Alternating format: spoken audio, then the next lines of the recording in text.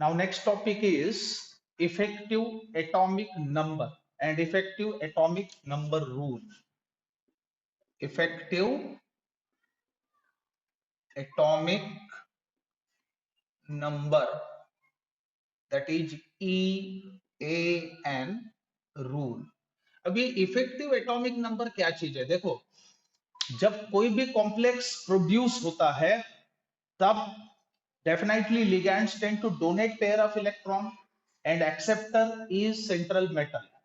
So central metal atom or ion tend to accept electron pair donated by the ligands. अब ये चीज होते समय मेटल की कोशिश होती है कि वो नियरेस्ट इनर्ट गैस कॉन्फ़िगरेशन को फॉलो करे।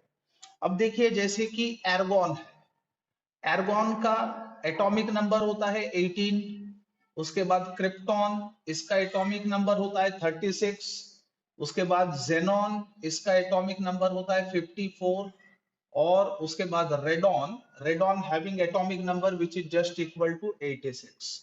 सो these are the inert gases और उसके एटॉमिक नंबर्स। तो कोई भी मेटल जब कॉम्प्लेक्स प्रोड्यूस करता है तो उसकी कोशिश ये होती है कि पास के इनर्ट गैस के पास जितने इलेक्ट्रॉन्स है उसका इलेक्ट्रॉनिक कॉन्फ़िगरेशन है ना, उतने ही इलेक्ट्रॉन वो क्या बोलते हैं उसको मेंटेन करने की कोशिश करेगा। उसे ही इफेक्टिव एटॉमिक नंबर रूल कहा जाता है। So what is effective atomic number? Actually EAN is total number of electrons, total number of electrons possessed by metal in a complex, in a complex which is equal to atomic number, atomic number of nearest inert gas, inert gas. यानी जब complex produce होता है तो central metal की कोशिश होती है कि वो इनर्ट गैस जैसा बिहेव करे। अब इफेक्टिव एटॉमिक नंबर आप कैसे निकालोगे?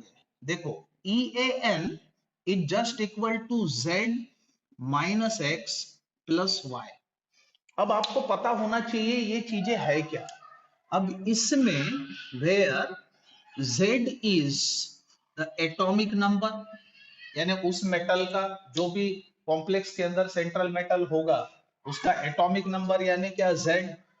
उसके बाद X, X बोले तो number of electrons lost by metal, यानी कॉम्प्लेक्स के अंदर मेटल ने कितने इलेक्ट्रॉन्स लूज किए उसे आप कहोगे X। और Y बोले तो नंबर ऑफ इलेक्ट्रॉन्स गेन्ड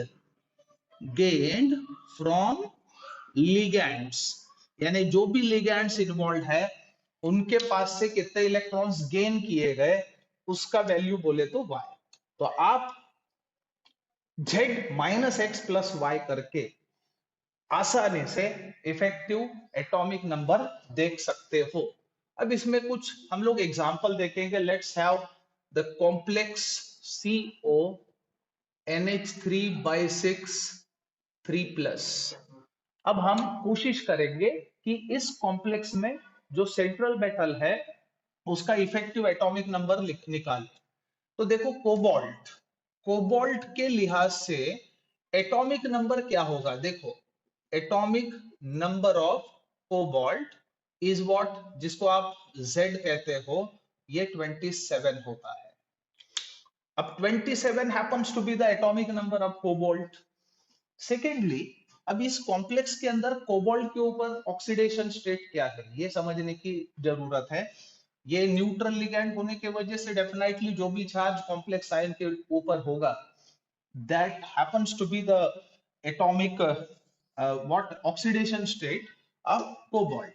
तो कोबाल्ट अगर +3 स्टेट में है तो इसका सीधा मतलब ये होगा कि इसने 3 इलेक्ट्रॉन्स लूज किए।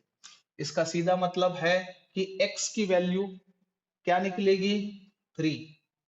अब हमें देखना यह है कि लिगैंड्स के तरफ से कितने इलेक्ट्रॉन्स है। अब देखो कितने लिगैंड्स इन्वॉल्व है, 6। एक लिगैंड 2 इलेक्ट्रॉन डोनेट कर रहा है, पेयर ऑफ इलेक्ट्रॉन। तो 6 लिगैंड कितने इलेक्ट्रॉन डोनेट करेगा? 6 टू जार 12, यानी यहाँ पे लिगैंड से जो इलेक्ट्रॉन्स मेटल को मिल रहे हैं उसकी संख्या है 12।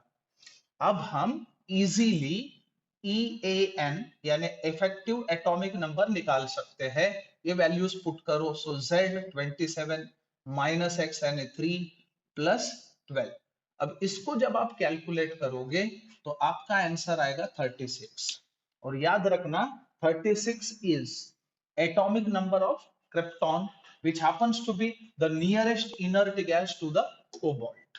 इसका सीधा मतलब ये है कि इस कॉम्प्लेक्स ने EAN रूल को ओबे करा। अब और एक चीज आपको समझना होगा, बहुत सारे ऐसे कॉम्प्लेक्सेस है जो EAN रूल ओबे करते हैं, लेकिन बहुत सारे ऐसे भी कॉम्प्लेक्सेस है जो EAN रूल को ओबे नहीं करते हैं। सो some complexes do not obey EAN rule.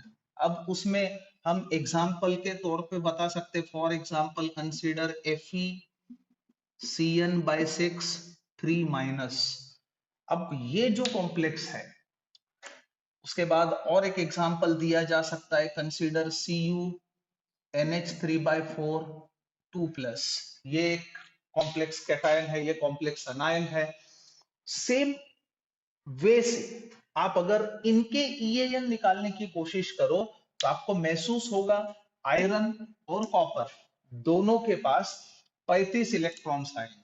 So metals have 35 electrons, and remember 35 is not what atomic number of any inert gas। इसका सीधा मतलब ये है कि ये कॉम्प्लेक्सेस भले ही एग्जिस्ट करते हैं लेकिन इफेक्टिव एटॉमिक नंबर रूल ओबे नहीं करते। तो ये है EAN एंड EAN रूल।